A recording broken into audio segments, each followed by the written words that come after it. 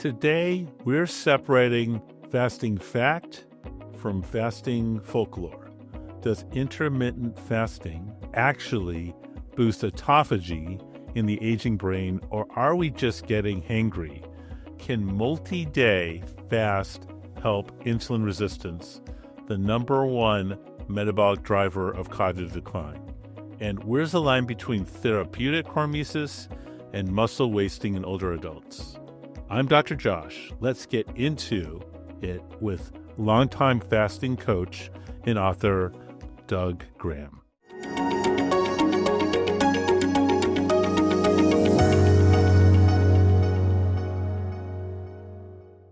Doug Graham is a pioneering voice in plant-based performance and fasting education. He is best known as the author of the 80-10-10 diet. For decades, literally for 45 years, he's coached athletes and the general public on whole food nutrition, fasting structure, recovery, and lifestyle design. He's guided numerous supervised fasts and retreats with an emphasis on safety, gradualism, and refeeding discipline. Labels aside, what matters here is experience. Doug has logged tens of thousands of coaching hours on how to fast, when to fast, and what not to do. Welcome, Dr. Doug. Thank you. It's a treat to be here, a real pleasure to be here and talking about one of my favorite subjects. You know, fasting is such a time-honored and known commodity.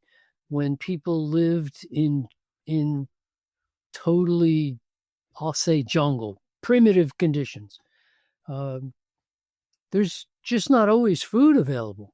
It's just not always there. And in fact, seasonally, it's also not always there. A lot of the more tropical places tend to have either monsoon season or some kind of a rainy season that precludes a lot of the flowering that has to happen before fruit forms on trees. And so the fruit availability tends to be seasonal. It's really common to go 9, 10, 11 months of pretty darn good food availability, and then it peters out. And there's a lot of, well, certainly I've read various biologists and anthropologists who suggested that it was pretty normal for people to go without food for 3 to 5 weeks, almost every year, right? They just came upon a season where they're just waiting for food, really. It makes perfect sense. So how did you find fasting originally? Well, I have a Jewish upbringing, and fasting is part of the Jewish culture. Fasting on the New Year, fasting on a few other Jewish holidays. And although that fasting is different than what I do now, those were typically 24 hours from sundown to sundown. It sort of normalized the idea of fasting for me. That, oh yeah, well, once a year or 2, 3 times a year, you take a day and you don't eat, and gosh, you're ever so aware of the fact that you're not eating. I became ever so aware of the fact that I wasn't eating. And then every once in a while during the course of the day, I'd sort of forget about it and not just get on with my day. It got to be a normal thing. It's kind of like having a picnic near a waterfall. After a certain amount of time, I just stopped noticing that it's there. So that got me started. And then I really went no further than that until I was going through my medical training. And one of the teachers introduced the idea of fasting. It turns out that for a chiropractor certainly in the state of Florida where I was practicing, part of my license, my scope of practice included supervision of fasts, which sort of meant during school, I was going to be introduced and trained in the supervision of fasts, which I was. So the teacher introduced the idea of fasts, and then various people in the class went through various fasts while other people monitored, supervised, found out about, studied. We did all that stuff. And the nice thing was there was 118 in my class.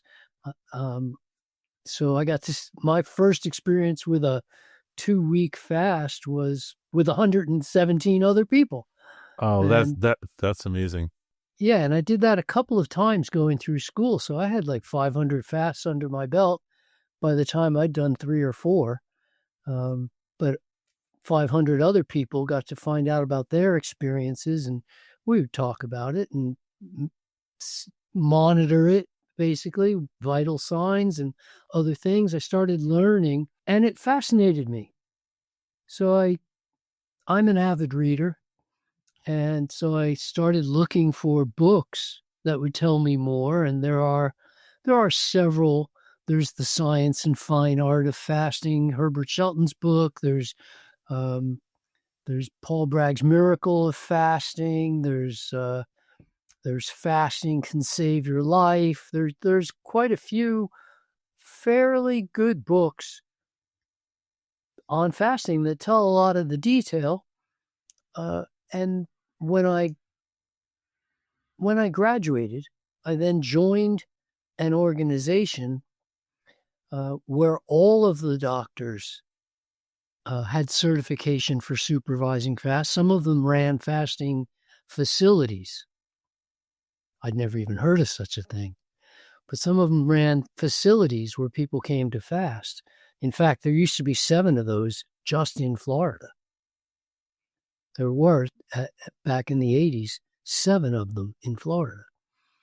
And so I went to those meetings with the professional fasting supervisors and gained more experience through those meetings, and then met some of the other supervisors. And by 86, I opened up my own fasting facility. Oh, wow. What was it called? In Marathon, Florida. It was called Club Hygiene. It was sort of a takeoff on Club Med, being being sort of a party, but a club.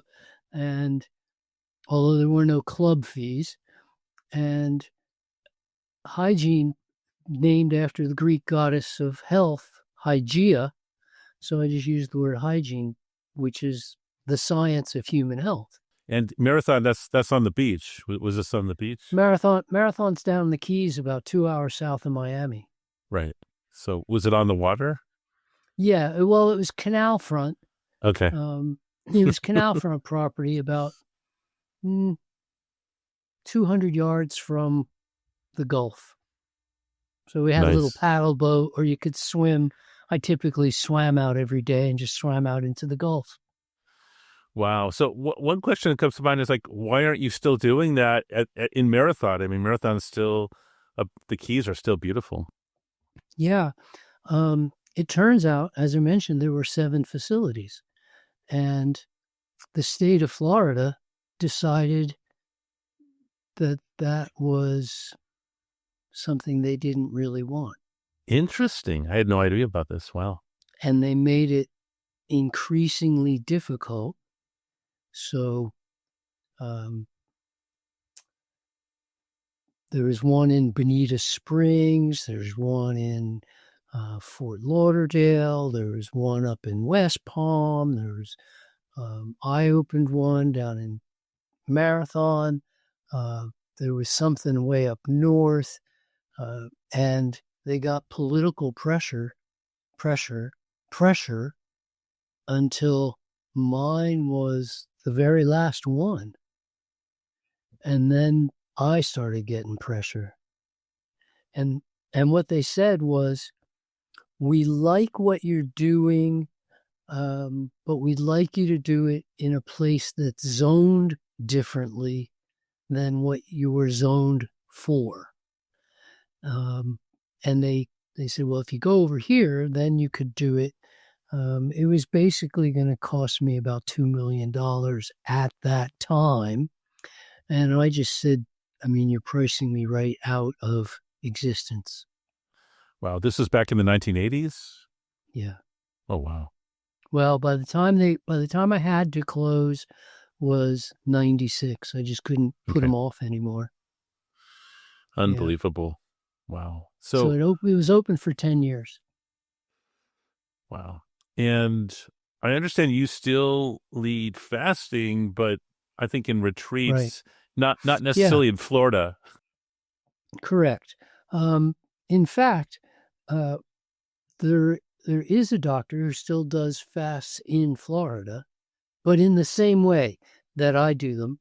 He does them up in Hallandale, and he's a good friend of mine. I've known him for 45 years, and the way I do it is the same thing. I do it down in Costa Rica typically, although I've done it elsewhere.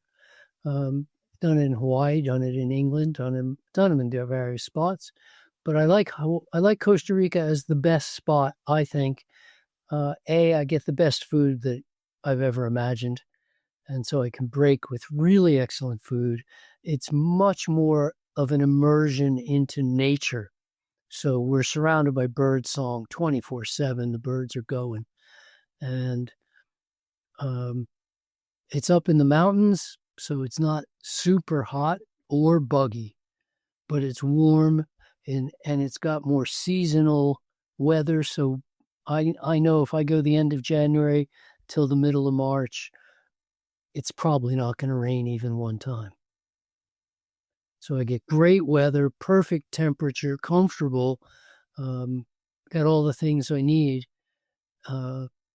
And it gets people away, which is really, really important for a fast, is to just get away from everything else. It's sort of like break that line and say, okay, while I'm here, I'm going to make this the norm. Wow. So you mentioned being Jewish like myself. You originally learned to fast. The Jewish fasts normally are, I think, dry fasts where you're not drinking water. Exactly. So exactly. What is your thought now from a health perspective, dry versus drinking water during your fast? Okay. So let's go back a step and then answer that question. Okay. So what the heck is fasting? Okay. So fasting from a health perspective or hygiene, science of human health, fasting from a health perspective is getting into a state of deep, profound rest, deeper than any other rest, deeper than sleep. It's a deep state of rest where, as I think everyone knows, the body does its work when it's not doing other things. So whatever work needs to be done, and Josh mentioned a bunch of them, the autophagy, the self-cleaning, the self-healing, the self-repairing, the self-monitoring, the self-creating, all this stuff is happening when at rest. And the deeper the rest, the better this happens. In fact, when we get into deep enough states of rest, telomere lengths increase, which are indicators of human longevity. Stem cell production goes through the roof. Again, this is important for the creation and rejuvenation of all functions. And so we see fantastic refreshment, rejuvenation happens. People wake up the next morning. When I'm tired, I can't do anymore. I go to sleep for 8 hours. I get the deepest rest I can, or 6 or 5, or I'm a doctor. I get about 5. And in the morning, I'm ready to do it all again. It's pretty phenomenal. All of that energy came from resting. All that vitality came from resting. So fasting is a state of deep rest, and it can be broken down into 4 categories. It can be sensation or sensory rest, which is why I mentioned the temperature is comfortable day and night. The sounds that I hear around me, I hear bird song, I hear leaves rustling in the wind, I see nature sounds. I see all these curvy shapes. There's water in the vision. There's a horizon. We see all the things that are soothing to pulse, respiration, temperature, all the vital signs respond well in the same way that we know Dennis put a fish tank in the waiting room to kind of like calm things down. So that all happens in part of what we call sensory rest. But then there's also physical rest, which means when people say, well, should I be exercising during a fast? And I'm going, no, physical rest, just like a good night's sleep. You don't wake up and exercise every hour. You just lay there. But there's also emotional rest. One of the things that happens in a hospital to put people at ease is people look in on you now and again. Nurses, doctors, aides, people come in and look and say, hey, we'll take care of everything. You just lay there and rest. Can we get you anything? Can I fluff up your pillow? Can I put a new blanket on you? Do you have any needs? And this has to happen during the fast as well. Look, we'll worry about all the stuff. You can leave your worries behind. Do you need anything? Can I get you some water? And I'm there as a professional when somebody says, oh, I've got this symptom. I'm a little concerned. I'm wondering, will I feel this? My throat's a little sore, or my bowel's making noise, or is this all normal? And I'm there to assess whether it's normal or not, or does this require some close attention? Does this require hospitalization? That almost never happens. But all of those kinds of things. And put people at rest. When I'm fasting, I'm giving up some of my power. I'm not bed bound, but I'm getting close. And all there is to do is think about it. And sometimes fears can run away. All of a sudden, like your fears just take over and you've gone down a zillion mile path before you ever spoke to anybody. And they said, oh, no, that's all normal. So sensory rest is important, and as is emotional. And then this comes what's called physiologic rest. And it turns out that for most people, about 30 to 35% of all fuel use in the course of 24 hours goes to the digestion of food. So you eat 3,000 calories, 1,000 of it goes to digesting the 3,000. That's a lot of work being done by this digestive system. And when I fast, I put the digestive system to rest, kind of like in 2001 when Dave started pulling the plug on the computer. And he slowly pulled out this chip, the next chip. Dave, what are you doing, Dave? And over a period of 1, 2, 3, 4, 5, 6, 7, the first 5, 6, 7 days, the body gets into deeper states of rest as various aspects of the digestive process shut down. Now, I've seen that take 28 days in a guy with severe ulcerative colitis. And for the last 7 of those 28 days, he was still having 1 bowel movement per day. He was having 20 a day when he came. And then it went down to 7, and then 5, and then 3. And then for the 4th week, he was still having 1 bowel movement every day. And then finally, boom, shut down. And at that point, the body could start to heal all those ulcerated tissues. But for most people, 3 to 7 days, and the digestive system comes to a complete halt, total shutdown, and we now have physiologic rest. So the question was, what about dry fasting compared to wet fasting or the 1-day dry fast? The 1-day dry fast is a really different thing, done for a different reason. It's being done for spiritual reasons. It's being done for mental strength. It's being done for a cleanse. Yes, that happens. And a reset. And yes, that happens. And it's basically, I use the exact same principle for that particular kind of fast. It's basically set up on as long as necessary, as short as possible. So it's necessary to go a day. That was like the shortest chunk of time that they could come up with, basically, and monitor sunset to sunset.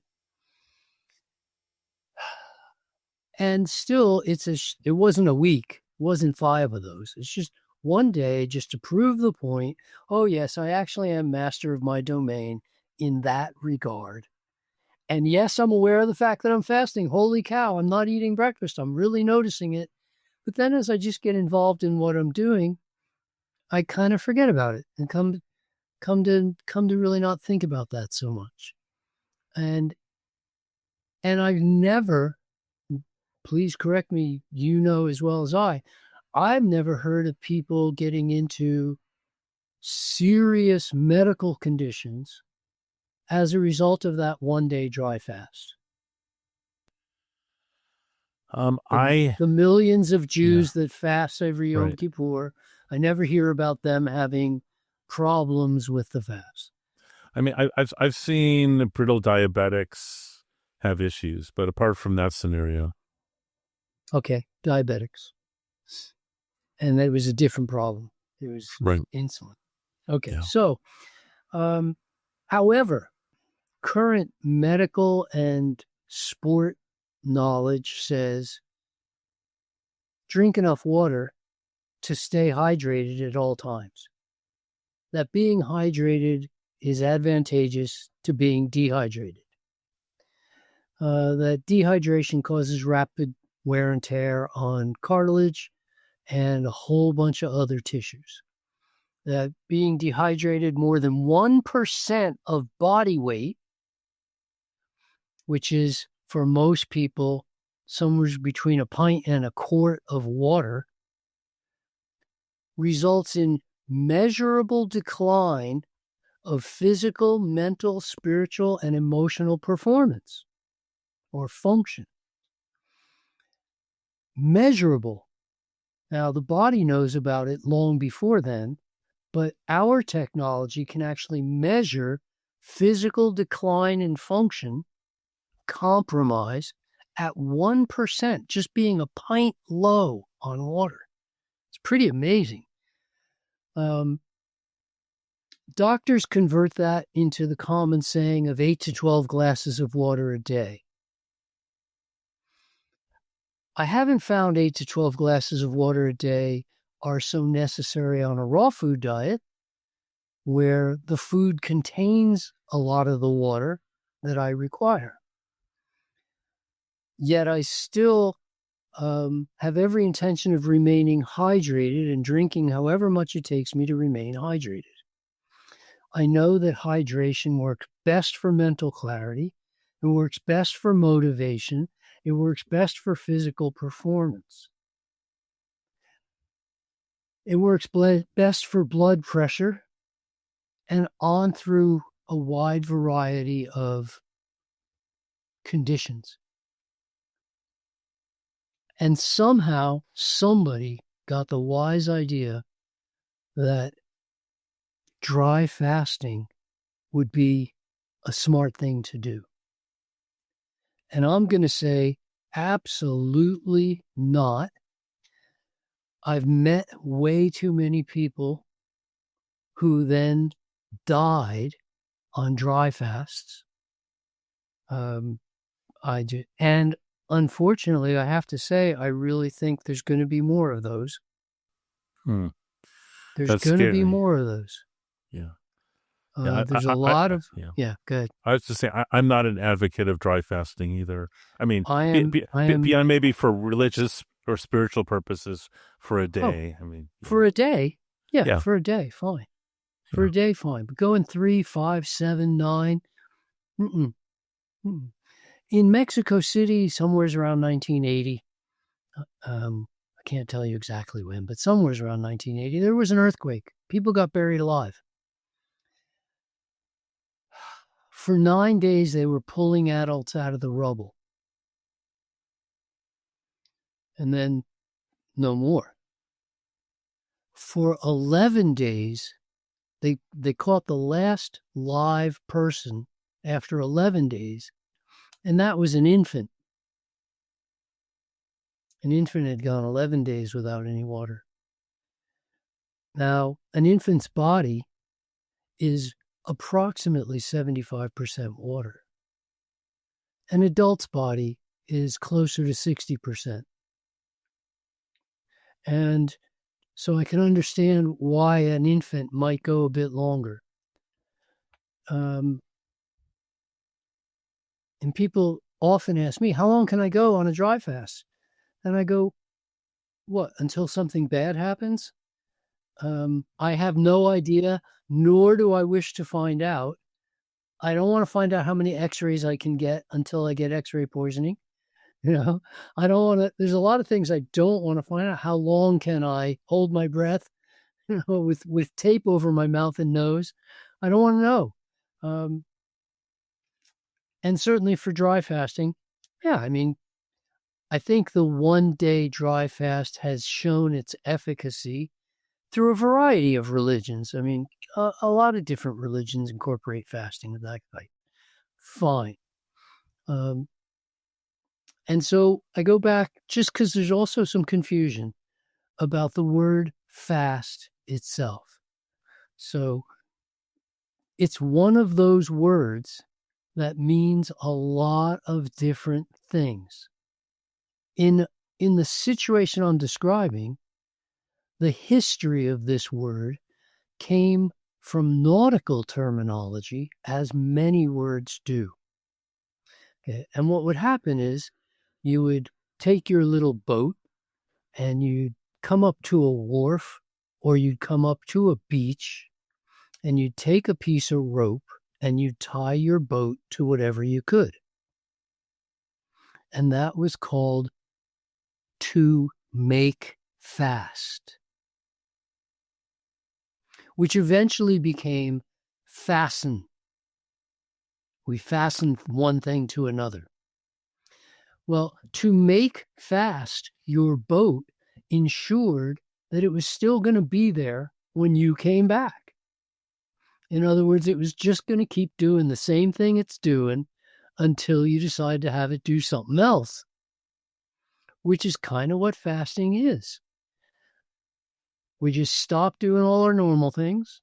We take an adult-sized portion of rest and let the body do what it does. And what it tends to do is it uses vital reserves, stored materials, body fat primarily, and starts living off the extra fat.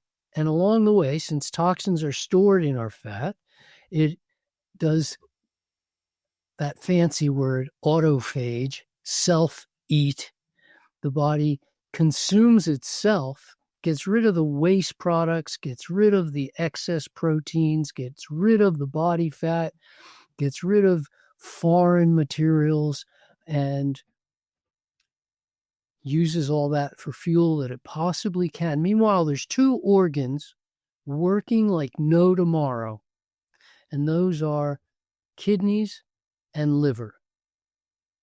And it turns out that what I was taught in school isn't really the way things are. Things have changed in the view, but basically the liver is a chemistry lab doing about 1 million different things every second. And it's cleaning blood through chemical processes. And the kidneys are primarily a filtration system that are also cleaning the blood as fast as humanly possible out of all the toxins that are in the blood. It turns out that the kidneys also do some chemical processes, and they're not just a filter.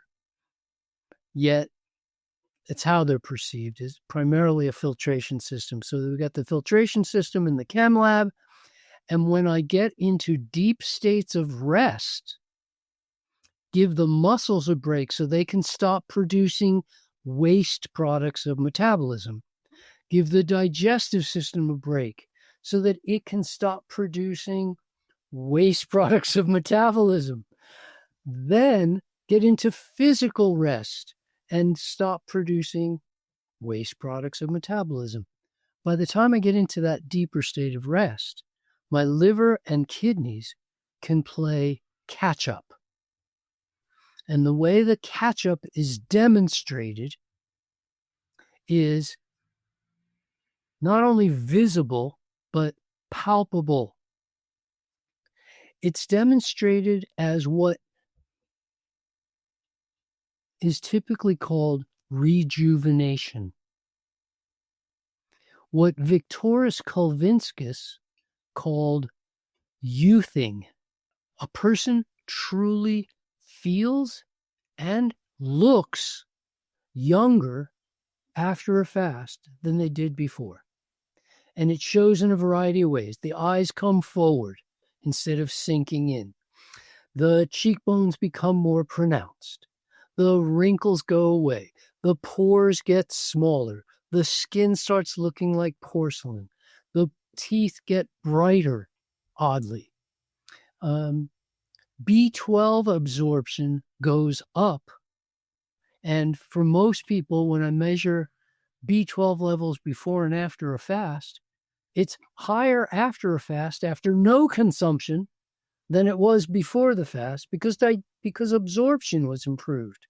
As the pipes get cleaned out, as the body cleans itself, absorption and utilization go up.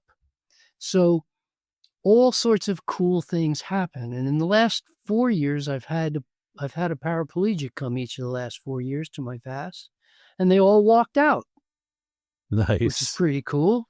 Oh, yeah. The year before that, I had a guy with severe peripheral neuropathy who had tried everything, and he went home with 0 peripheral neuropathy, whereas beforehand he couldn't walk. And how long did all these people fast for, roughly? Most of them fasted for close to 4 weeks. Okay. Some closer to 3 weeks. Typically, people are coming for a 3 to 4 week water fast, and then another 2 to 3 weeks of recovery from that fast, realimentation, introduce foods, introduce better eating habits and styles, then start to introduce fitness activities and then physique building activities, because everybody has a different view of what kind of physique they'd like. So we design custom programs to help them reach the physique they want, which may include regaining weight for some of them. If they came in very thin, may include continuing to lose weight if they came in heavier than they want. The average person will lose about 2 pounds of fat a week during a fast. That's what the body needs, about 1,000 calories a day. 7,700 calories in 2 pounds. So, or 7,000 calories in 2 pounds. So at about 1,000 calories a day. Okay, a little person, a little lady especially, might only use 800 calories a day, and a big guy could use 1,200, but it's about 1,000 a day.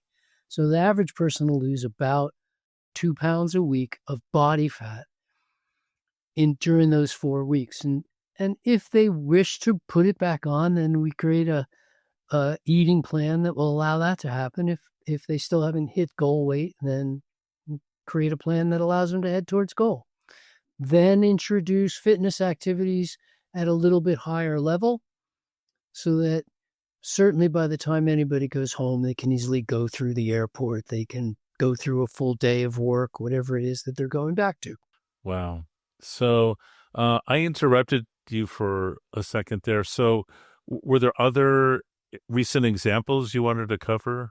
I watched a lady last year with MS show dramatic improvement while at the fast, and I've been monitoring her since. She's still continuing to improve. Some of the condition is still getting a little worse. I'll admit that. But I expect that too will turn around as she addresses the other things in her diet and lifestyle that she's continuing to improve, because it's providing her with great motivation watching MS improve. The number of people, I'd say pretty much every single person that I've ever fasted, which is thousands and thousands, has mentioned marked intellectual improvement in function.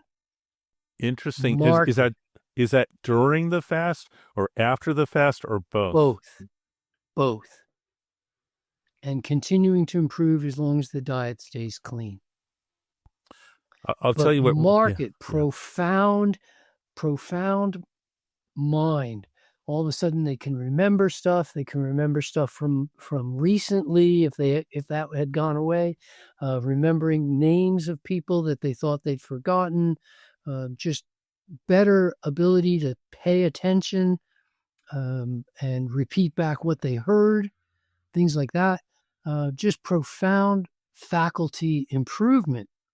So I won't say I've ever had someone come specifically and only for Alzheimer's, but I have every reason to suspect, although they might need to have somebody with them, depends on the degree, but every single person who's ever fasted with me has noted improved mental faculties during and after a fast. That's amazing. And some of my experiences working at True North, the fasting center in Northern California, where on one given fast, water fast with one person, it might be a very difficult fast for them. They may get very tired, have to spend the whole time period resting. And then if we would do the same person do a water fast the next year, they would be energized and instead of resting. So to me, it was amazing that you really can't predict in advance. No two fasts are the same. Yeah. Even no in the two same fasts person. Are the same, even in the same person. And I know I talked with Alan from True North about this. He and I have been colleagues for, again, 45 years. And I talked to Alan about this, telling him that I once had a lady who came to fast and she had actually lied on her application form because she so desperately wanted to fast that she lied to me about being an insulin-dependent diabetic. And on the third day of her fast, on the morning of the third day, she was in serious trouble, and I had to take her to the hospital to go get a Ringer's solution, a Ringer's wash, and within 12 hours, I mean, she was fine. I hadn't let it get to the point where she couldn't walk, but she could barely form a sentence, and she was in serious trouble. Had it gone, like had she decided to fast on her own, she probably would have died because she would have gone into a coma and died. I mean, she was getting in serious trouble. And he said, "Oh, I had somebody that I had to hospitalize after 2 days." So I'm bringing this up because for most people, most of the time, fasting for 3 or 4 days is pretty innocuous. It's pretty safe for most people most of the time. But when it gets interesting or when it gets dangerous, that's a little late to start looking for somebody to give you some intervention. And no fasting supervisor wants to jump into the middle of somebody else's fast. I want to see the fast from the beginning. That's my preference. So yes, there's a screening process to eliminate those people for whom fasting might be contraindicated. And there's new contraindications then. Let me say that. There's new contraindications with the introduction of new classes of drugs. So, for instance, there's a new contraindication for fasting for people who used to be on immunosuppressant drugs. And there's a new contraindication for people who have been on antidepressant drugs because they sometimes show some serious symptoms, relapse, post-fast, and also anti-seizure meds. So these things in the original writings from the 40s and 50s and 60s, when people wrote about fasting and here's the list of contraindications, none of those meds existed. And so now doctors have to be aware that there can be new situations. And there's various ways for monitoring fasts. I like a very hands-on, time-honored approach. I know, for instance, at Allen's, they do a tremendous amount of blood work and invasive work, which is not wrong in any way. It's just a different approach. For him, very often the numbers make the decisions rather than how the patient feels. Right. If someone's sodium goes too low, we'll stop the water fast and maybe put them on juice or something else. Right. And some people want that kind of a fast. And some people say, I don't want any invasiveness during my fast. I want to do I want you to be paying attention, Dr. Graham. I want you to be hands-on and not relying on what the blood work says. That's really not going to be the critical factor for me. So for me, I rather enjoy being really close, really paying attention, having 2 or 3 other people that I trust also being close and paying attention and giving me feedback. And they go, Doug, you really ought to go see Bonnie. She's just a little not like totally right. Yeah. So then I'll go see and find out that, and Bonnie hasn't been drinking any water for the last 2 days. And now she's getting depressed. One of the first symptoms of dehydration, depression. And she goes, I really want to end this fast. And I go, well, tell you what, you can end the fast, but first let's bring your hydration levels up. Okay. So then bring the dehydration levels up. And she goes, I want to keep fasting. I feel fine now. So, but sometimes people have fears or something got in their head or something is actually going on. And I very, very frequent, close monitoring puts me in a position where nothing ever sneaks up on me. And how close is the monitoring? I mean, how often are you or your team interacting with your patients while an absolute minimum of 3 times a day? Okay. Very often 4 and 5, but an absolute minimum. Actually, on occasion, hourly. I have put people on hourly watch. But our typical is every morning around between 9 and 10 in the morning. And then I will spend between 3 to 4 hours with all of the fasters together as a group. And this is one of the things that I discovered the hard way. When I ran a fasting facility, people came and people went, and that was all well and good.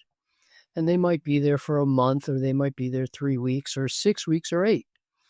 And the people who'd been there for 7 weeks and were going to leave in a few days really didn't interact all that much with the people who were just arriving or the people who are 1 week in. I mean, they're on a different, and I could only spend so much time with each person.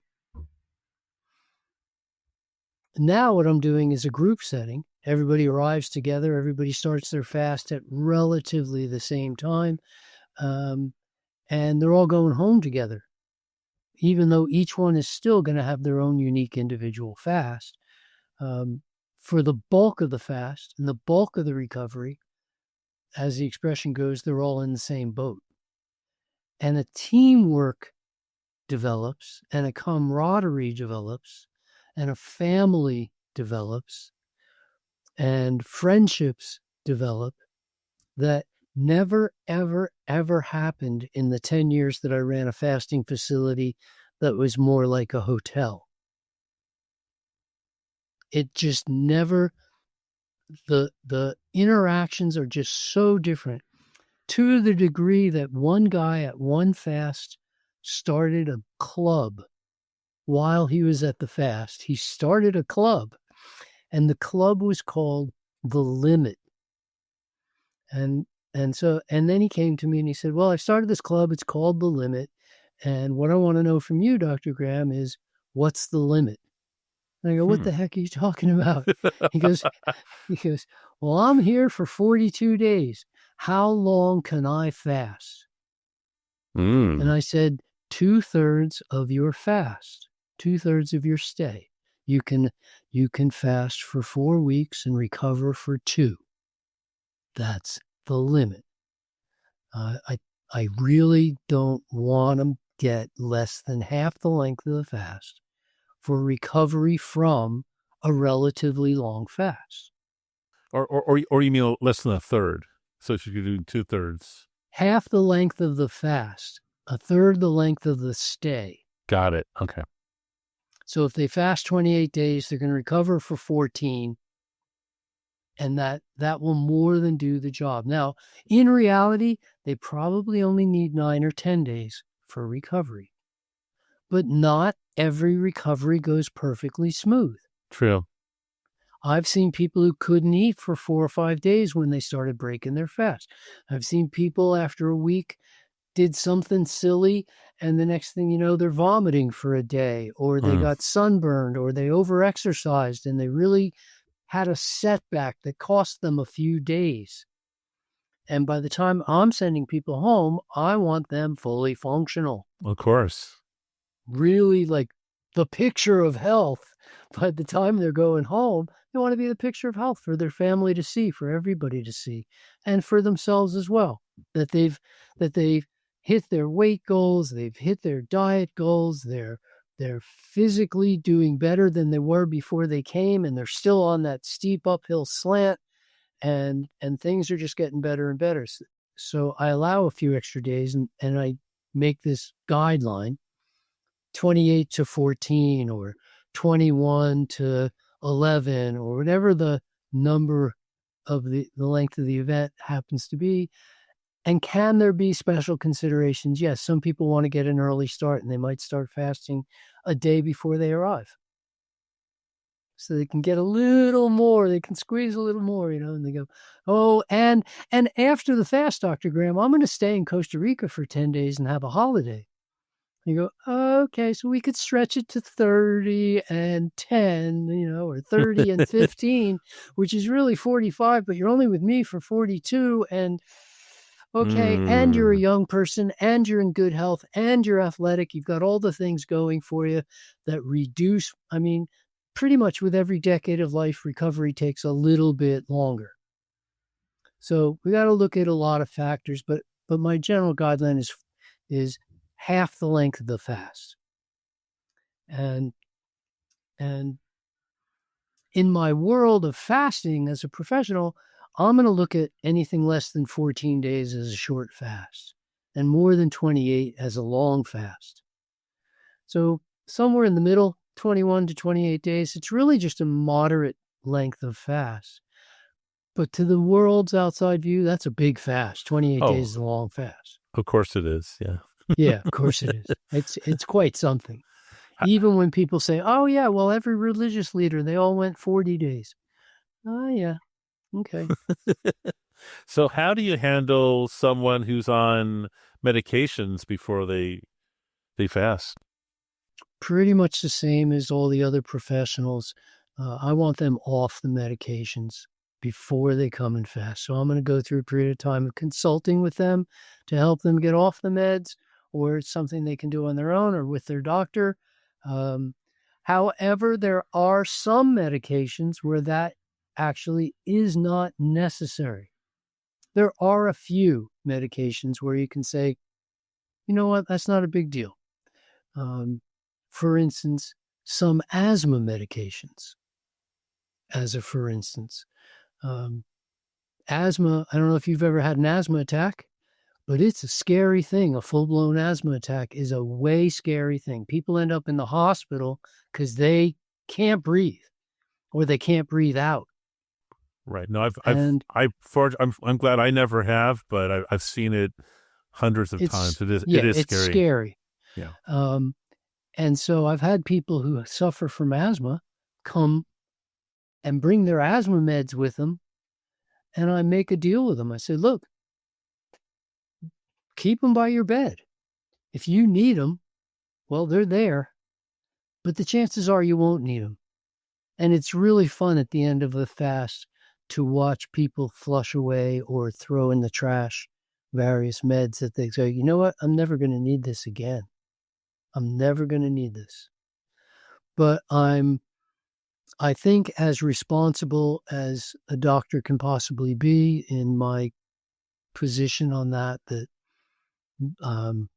certainly most critical, probably diabetes, anybody that's insulin dependent has no business fasting. That's almost always going to end badly, and it's almost always going to end in a hospitalization, and it's not worth even trying. It's just not worth it. So I won't fast an insulin dependent person. It gets interesting with some of the drugs that have crazy long half-life. The drugs with the very short half-life, you kind of know what's going to happen within a matter of hours or days. Drugs with a really long half-life, thyroid medications, things that take a long time to clear the body.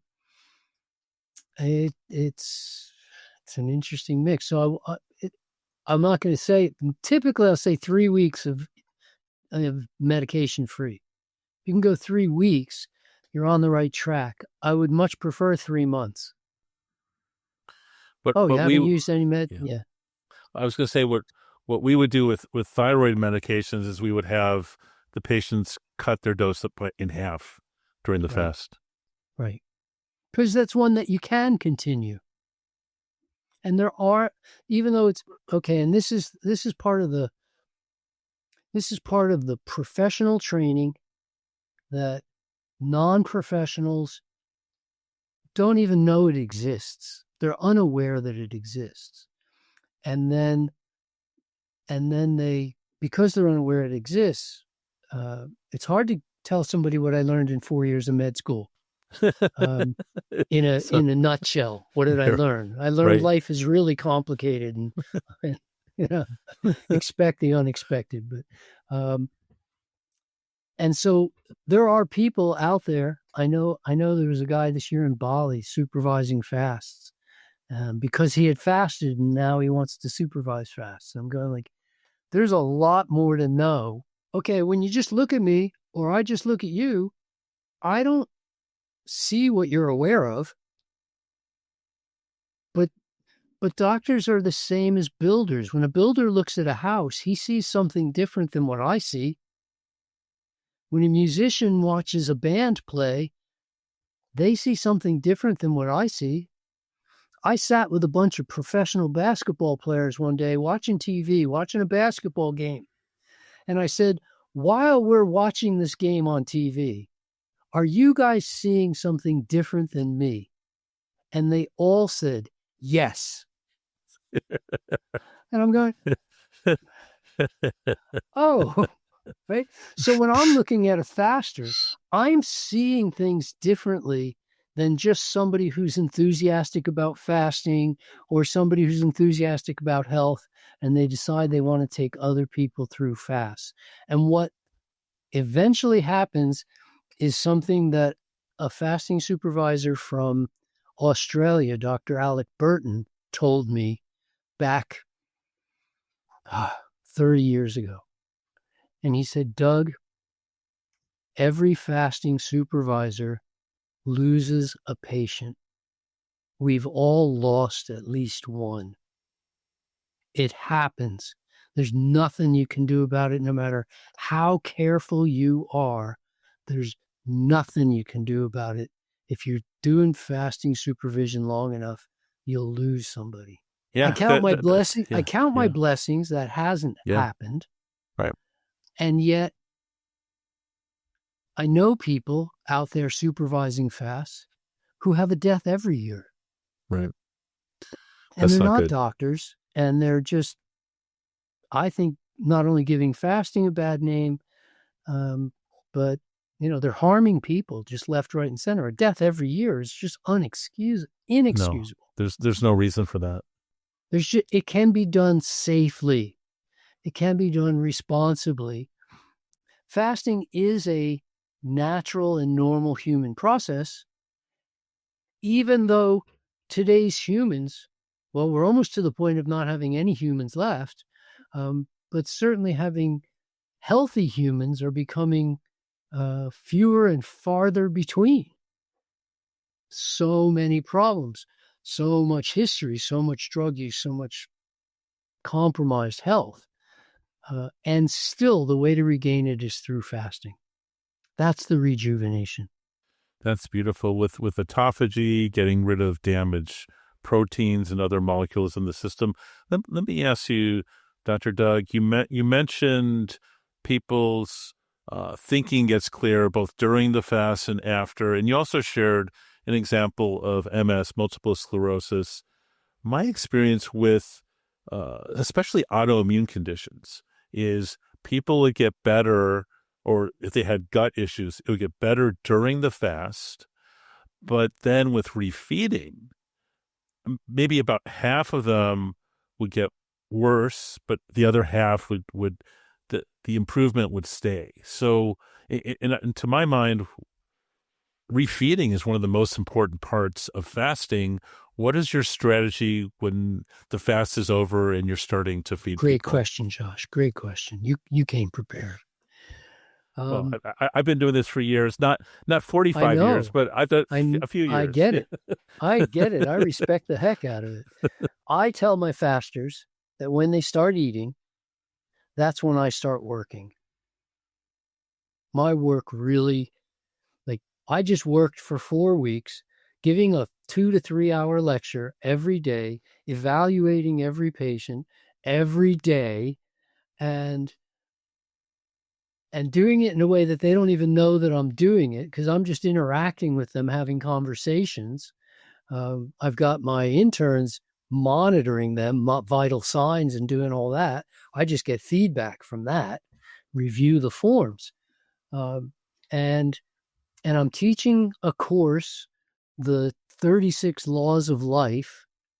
Fortunately, I have the whole 36 days, so I can do a law every single day, and explains how the body works, how any living organism works, because they work under specific laws. And I'm sure, Josh, you know a bunch of those laws, if not all of them.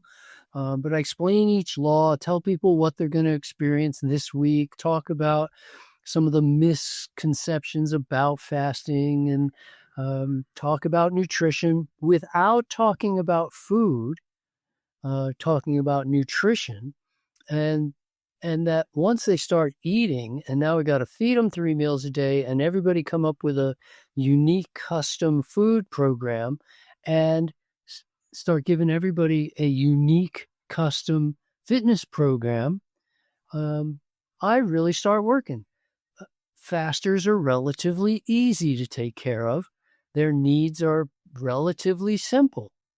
Now, once people start getting around and moving and wanting, and they come back to life, as it were, now they got a million questions and a lot to talk about, and that's when the work really gets going. So for me, I use, at least as far as I know, a program that's unique for breaking fasts. And as far as I know, so does every other doctor. Use their own unique protocol that they found works best for them and their clients. Okay, so I'm not knocking. I'm just saying mine is different. Number one, mine is an all raw program. Oh, wow. Okay. It's all raw, especially for autoimmune conditions. Raw is the way to go. Starches absolutely set them off. So when I start introducing potato or oats or any kind of grain or any kind of starchy food, I'm going to set off autoimmune conditions like a flare. So number one, I'm using an all raw approach. Number two, I'm using an exceptionally low fat dietary approach that is fruit based, high glucose, high fructose based program. Number three, I use whole foods only. No juices, nothing but whole foods. And again, this applies to the masses. Could there ever be a situation where a juice might be more appropriate for somebody? Yes, there could. And in which case, the individual gets precedence over the philosophy. But I'm using a whole food approach. I'm using a low dietary fat. I'm not only reintroducing, but I'm personally coaching, supervising, and implementing a fitness program for each individual that has various standards that they will attain before they leave, or they're not ready to leave. And so they start working towards those goals, knowing that, okay, I'm going to have to be able to walk this far on such and such a hill in such and such an amount of time, or I'm really not ready to go out and do an airport. Right. I'm not going to make it through an airport. Well, the stress test, not just of an airport, but going up in an airplane, which airplanes are not pressurized. You're going up to like the equivalent of 15,000 feet in a mountain or something like that. You do not want to stress test till your body's ready. Exactly. So, and to my knowledge, there's no other there's no other fasting program in the world that implements a fitness program as part of the recovery from the fasting program. That's left to the individual. If they want to do it, fine. And I just feel like in order to get the food really right, the fitness, in order to get the health right, I'm only as strong as my weakest link. So I'm going to look at all of those things, including how I talk to myself. And I find on occasion that I talk to myself in ways that I would never talk to another person, because it would be a horrible way to talk to another person. I would never say those things to somebody else. And I'm willing to say them to myself. And I'm working on that. And I'm getting past that. Even at this point in my life, I'm still getting past that. And I think that's part of growing up. And the old expression of being my own best friend, but also my own worst enemy, it shows in how I talk to myself. So I teach people how to talk to oneself in self-constructive behavior. And I think it's easily as important as any of the other parts of a health program. The interesting thing there is, Josh, you know what your mind believes, right? Sure. What does your mind believe? My mind believes what I see and what I have memories of. Your mind believes anything that it sees or hears or tastes or smells or touches repeatedly. Anything that it hears a lot. Anything I experience a lot. Anything I say to myself a lot. My mind believes what it hears repeatedly, which is why repetition, why practice is so important. I watch people play violin in ways that no human being should be able to play, because they did it again and again and again and again until they believe they can. And all of a sudden watch Michael Jordan fly through the air, or whatever it happened to be. He just practiced until he believed he could. And So, you're exceptional like him. You just won again, number one in the world in all these different weightlifting contests. So thank you. Whatever you're doing seems to be working. Oh, bless your heart. Thank you very much. It was a big deal. I did it for a specific reason. Many people have come to me and said, well, if raw foods are so good, where's the champions? Ah, okay. And you're now, And you I proved said, them. well, You're you the know what? champion. Yeah. I got tired of waiting around for somebody else to be the champion that I could talk to, and decided that I'd take that, what would we call that? The onus of responsibility upon myself, the mantle of responsibility upon myself, and say, well, I can go be world champion. Let me go be the world champion at something. And so I've really done it for everybody else that questions raw food or questions veganism. Oh, you can't be a vegan and be a power lifter. There's no way. I go, yeah, there's a good way. I could beat everybody else, in fact. Oh, that's amazing. So, ah, ta talking about fasting and exercise, my experience when I did a 12-day water fast, which I know isn't up to your 40-day standard, but I found that after I started eating again, it actually took me a full month until I could do a maximum workout like I Oh, could do yeah. before the fast. Oh, yeah, for Okay. sure. That's not unusual. All And right. again, I wasn't there to see Of what you course. were eating. What you were eating may have made a difference, because some foods speed recovery and some foods really slow recovery. You get much faster recovery on fruit than you will on carbohydrate starch. You get much faster recovery with massive doses of vitamin C, like we find in fruit, than we do in vitamin C absent foods such as starch.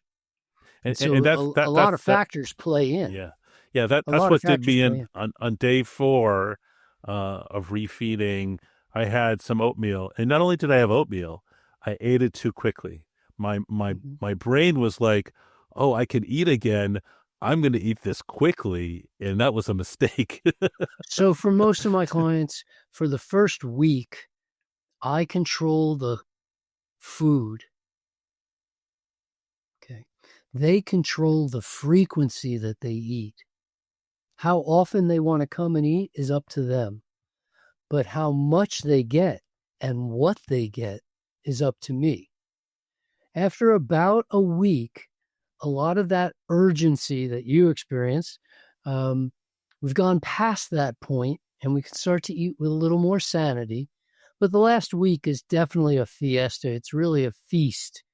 Um, and people can eat all they want because I'm controlling the quality and they're controlling the quantity. But um, they naturally vector towards 3 meals a day. That pretty naturally happens post fast, unless I didn't exert that control in the beginning. So they give me the trust to say, okay, you control the quality and the quantity, and I'll control the frequency, and then I'll give them more control as time goes on. But I agree. My classic example is Grant Campbell, who fasted with me for 29 days some years ago. And Grant is an ultra runner. To him, a marathon is no big deal. And he said, Doug, I want to run a marathon. When can I do it? And I said, well, that's going to be some months from now, Grant. You're not going to, it takes a long time to rebuild the glycogen stores in the muscles. I realize I'm giving up 500 grams of glycogen from my muscles when I fast. Along with that 500 grams of glycogen comes roughly 7 pints of water.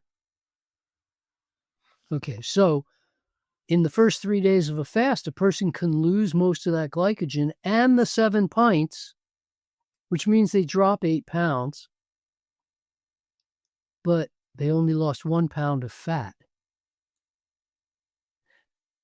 So they'll see a 9-pound loss, but it was only 1 pound of that was fat. The other 8 pounds are going to come back. Right, as soon as they start refeeding.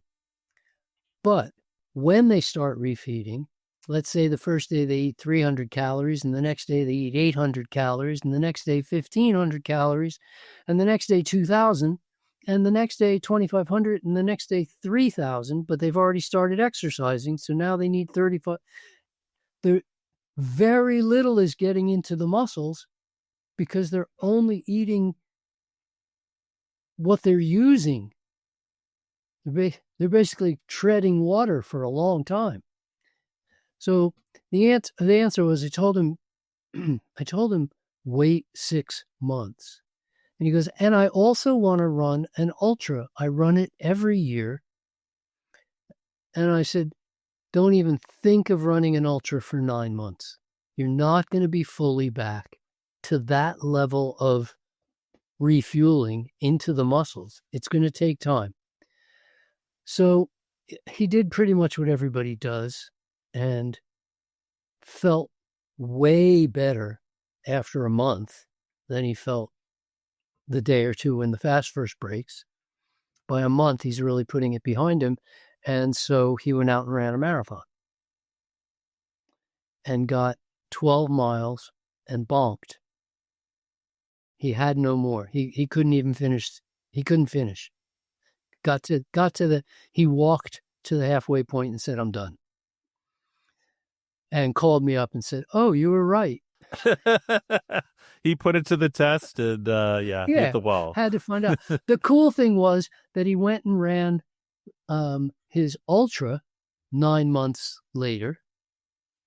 And it had taken him the first year, I think, 28 hours, and the next year 26, and the next year 24, as he learned what it was about. And then he fasted, did nothing for a month, and then started training. And he ran the same exact course in under 18 hours. Cut 6 hours off his time. And became a credible ultra runner of what would I call him? A competitive ultra runner rather than just a recreational ultra runner. Unbelievable. I'm curious in terms of athletes. Can you share with the audience what you personally do? I understand you help other people fast. I'm assuming you're not fasting while you're helping other people fasting. So no, I'm working. That's work for you. So yeah. I'm curious, do you ever do water fast for yourself? Sure. Anytime I don't feel like myself. Anytime anybody doesn't feel like themselves, that's a good time for a fast. And at the same time, I'm particularly protective of my health. I'm particularly conservative with my health. So days when I don't feel like myself are few and far between. I'm not against fasting, but I sure don't do it for fun. And I would much rather live my life in such a way that fasting is not required than... Now, I met a lady who said, I do whatever I want from January through November. I do whatever I want from January through November. And then in December, I fast for 20 days and then take 10 to recover. And then I live my life any way I want. And I'm going, no, that's like going to the dentist, get your teeth cleaned, then smoke and drink coffee. And I'm just not going to do that. I'm going to conserve my health in every way I can. But anytime I honestly could say when I don't feel like myself, which, that pre-getting sick feeling of, oh, my scalp hurts, I'm tired, my nose is running, I'm coughing, I'm running a fever, my body aches. This isn't my usual self. It's time to go to bed and take a rest. And then I would fast for a couple of days and I'll be all better. Fortunately, since December 15th, 1980, I've not been sick. That's great.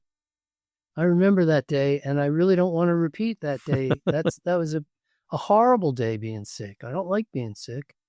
And I spent a lot of my childhood sick, so I'd much rather be healthy.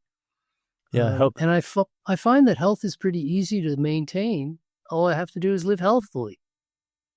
Right, right. So let me change the topic a little bit, and this might be better to talk about when I interview you next time. But I've heard some people say, "Oh, fasting's not good because it increases the stress for people." How would you respond to someone's like, "Oh, fasting, never fast because it's stressful"? That's interesting, Chris. That's interesting. Um, okay, first of all, in 2020, excuse me, 2020, I got stuck in Costa Rica when the airlines shut down. Oh, wow. Okay, I, with I COVID, yeah. chose to be stuck in Costa Rica when the airlines shut down. And I had no idea how long I was stuck there. So I started making a YouTube video every day on stress. And somewhere on YouTube, there's my 20-part presentation on stress. Um, and and certainly fasting is the deepest form of rest known to man. It's a long time since I've heard fasting. It's a long time since I've heard resting described as stressful. Okay, maybe in this context, what if instead of doing a water fast where you're resting, what if instead of this, you're actually doing a different type of fast where, for example, you skip breakfast and maybe skip lunch and try to function without maybe eating only one meal a day. Okay, But so I would call this intermittent eating. okay, I'd be loath to call it fasting because there's no physical rest, there's no sensory rest, there's no emotional rest, and there's no physiologic rest. At that point, all we're saying is, I'm not eating for a certain period of time. In the same way that people use the word intermittent fasting, I would I would say that that's a really misleading term, and and be much more prone to calling that approach intermittent eating. And humans do better with intermittent eating than they do with grazing. Grazing means that you're always walking away from the table unsatisfied, which I find stressful. Grazing means that there's almost a continual mix in the digestion of this, that, the next, whatever it might be, which almost always leads to digestive issues. Grazing means that the digestive system never takes a rest. And this is a problem for the digestive system because it functions primarily, the first function that allows the digestive system to do its job is muscular, a very a special kind of muscular contractions that happen in very few places in the body. These rhythmic contractions that promote peristalsis. In order for those to happen, for the rhythmic contraction to happen, it must be preceded and post-seeded by total relaxation, or the contraction is ineffective. So food doesn't move through. It's called spastic colon, basically. And so continual eating, grazing, frequent eating, 8 times a day, 10 times a day, whatever, this promotes exhaustion in the muscles and some spastic or spasticity in terms of the contractions that negatively affects the peristaltic action. So actually, rather than force intermittent eating on a person, I would say, how about eating satiating foods? So I think we even talked about it last time. Every mother has said to every child, don't eat sweets before the meal, you'll spoil your appetite. In effect, saying sugars satiate. So satiating eating means eat a bunch of fruit at the start of every meal, or for the entire meal if you need more fruit. But eating enough fruit makes the meal satiating so that at the end of the meal, I'm not looking around for anything else. I'm not craving. I'm not driven. I'm satisfied, in which case I'm not going to eat again for 4, 5, 6, 7, 8 hours. So this whole craze of I think it's also worth noting why intermittent fasting became popular, right? Because obesity is out of control and people are looking for any method possible for controlling their weight, which becomes a moot point on a raw food diet. Yeah, stress and fasting. I would say fasting is the opposite of stressing. Makes sense. It's really easy on the body. The body's designed for it. It's like telling me going to sleep at night is stressful on the body because your body does some cleaning out during the night. Well, that's what it's designed to do. That's not a stressful operation. That's normal operation. That's standard. That's SOP, right? Right. Agreed. So, we've covered so many different topics on fasting. How would you help summarize this for the audience?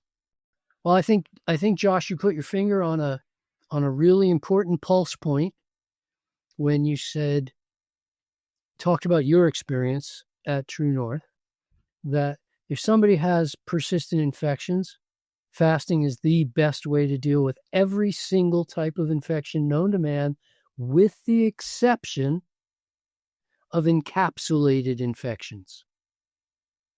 They may not always respond to a fast. So if you've got an infection deep inside a tooth, it could be completely encapsulated and it may not even respond to fasting. It might still become its own problem. Or inside a bone, for instance. These things can happen. I had one of those once with an injury where infection got into the bone. It's not pretty. If I had a clinic that was just for heart patients, it would become the most famous clinic in the world because everybody gets well. Every heart patient gets well during the fast. Right. High blood pressure goes away. I've seen 200 over 150 on meds, completely normal 4 weeks later. Time and time again. That scenario plays out. If I had a clinic just for arthritics, it would become world famous with the success rate just for arthritics. In fact, if I had a clinic just for type 2 diabetes, I wouldn't be fasting those people, but just feeding them fruits and vegetables and type 2 diabetes goes away. But certainly for infections, for heart disease, for all autoimmune conditions, as we've already mentioned, for Alzheimer's, for most mental disorders like depression, bipolar, all that kind of stuff, somehow magically your body sorts itself. The body is not only self-monitoring, self-constructing, and self-healing, it's self-cleansing, it's self-repairing. All I have to do is provide healthful conditions, just like I would for a houseplant. Give a houseplant what it needs, it thrives. Give a human what they need, they thrive. And I know some people have lost sight of that reality or lost touch with that reality, but that's how humans work. Just supply healthful conditions and health happens. Yeah, it's a miracle. So that's my new bumper sticker, right? Health happens. I love it. So how can people find you, Doug Graham, if they're interested in fasting with you or just to reach out? They can fast with me. I'm running a fast January 24th through March 7th. That's 6 weeks, Saturday to Saturday. I have one opening left for an intern and one opening left for a faster. That's it. We'll be closed this year. It's a small group. I'll have a dozen people on site. My website is Food and Sport. Back in the day when AOL only allowed 10 letters, the word food, the letter N, the word sport on foodandsport.com. If they go to foodandsport.com, the top of the page is my Bali retreat, Vitality in Paradise. Scroll down just a tiny bit. The very next thing underneath it is fasting and feasting. It's a detox program, fasting in Costa Rica with Dr. Doug Graham. They click on that and get all the information they could ever. It's the hugest FAQ. And the cool thing is I answered the entire FAQ in video. Oh, nice. So that people don't even have to read if they don't want to. I'll just talk to them. I love it. So is there anything I should have asked you but forgot to? Who's motivated to fast? Yeah, let's go over that. People are motivated to fast fall into two categories that I lump as one category. I call them one group. And those are people who want better recovery. Now, if it's recovery from illness, it's still recovery. And if it's recovery from intense world-class fitness performance, it's still recovery. So people looking to improve their recovery habits, their recovery capabilities, any aspect of recovery. I break recovery down into 7 points. You've probably heard of personal trainers. I'm a personal recoverer. Okay. And for other people, yes. Yeah, for other people and for myself. Okay. But for people who want to improve recovery, that's who should fast. Oddly, I think that's about 1% of the human population. The other 99, that's my job to reach them and let them know that life could be better than it is. But there's some personal responsibility that need be taken. There's some mind shift and some new awareness that just comes with practice. So I would love. Do I think everyone should fast? Yeah, probably. Everybody should fast, and they would experience improved health. Does it need to be the longest fast possible? No. As long as necessary, as short as possible. Dr. Josh did his in 12 days, and I'm sure it was profound. It was. Yeah, I'm sure it was. And is the next 12 days also profound? Yes. Oh, yeah. It is. Oh, yeah. But as long as possible, no.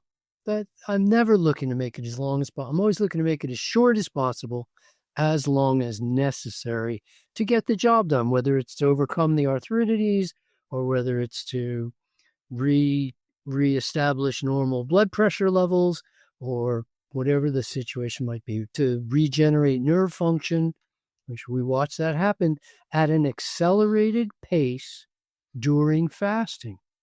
Whereas normal nerve progression, regeneration is less than a quarter inch a month. They used to say nerves don't regenerate. Then they found out, yes, they do, but it's very slow. It turns out that it's not so slow. It happens much more rapidly when I'm taking great care of myself, and even more rapidly when I'm fasting. So for people who are having balance issues, for people who are having coordination issues, for people, this kind of stuff, but certainly for neuropathies and all of the what are known as proprioceptive skills and kinesthetic awareness skills, all of that neurological component, that improves dramatically during fasting. I think everyone really should experience a fast, but the people motivated to do so are at the two ends of the performance spectrum, either those requiring recovery or they're going to lose their life, and the high-end performers. And we just see athletes' performance goes through the roof post-fast. Right. Once they recover. It's not immediate, but once they recover, yes. Thanks for that. That's awesome. Doug Graham, thanks so much for your expertise and your willingness to share with the public. I salute you, and this has really been a lot of fun. Well, Josh, first, thank you. Two, you make it really easy. I really feel you brought out my best, and I thank you for that. And I hope you interview just a whole ton of people, because you're very, very good at bringing out information for people. Everybody should be watching your podcast. Thanks, Doug. Wow, this was a lot of fun. Cool. All right. Peace and plants.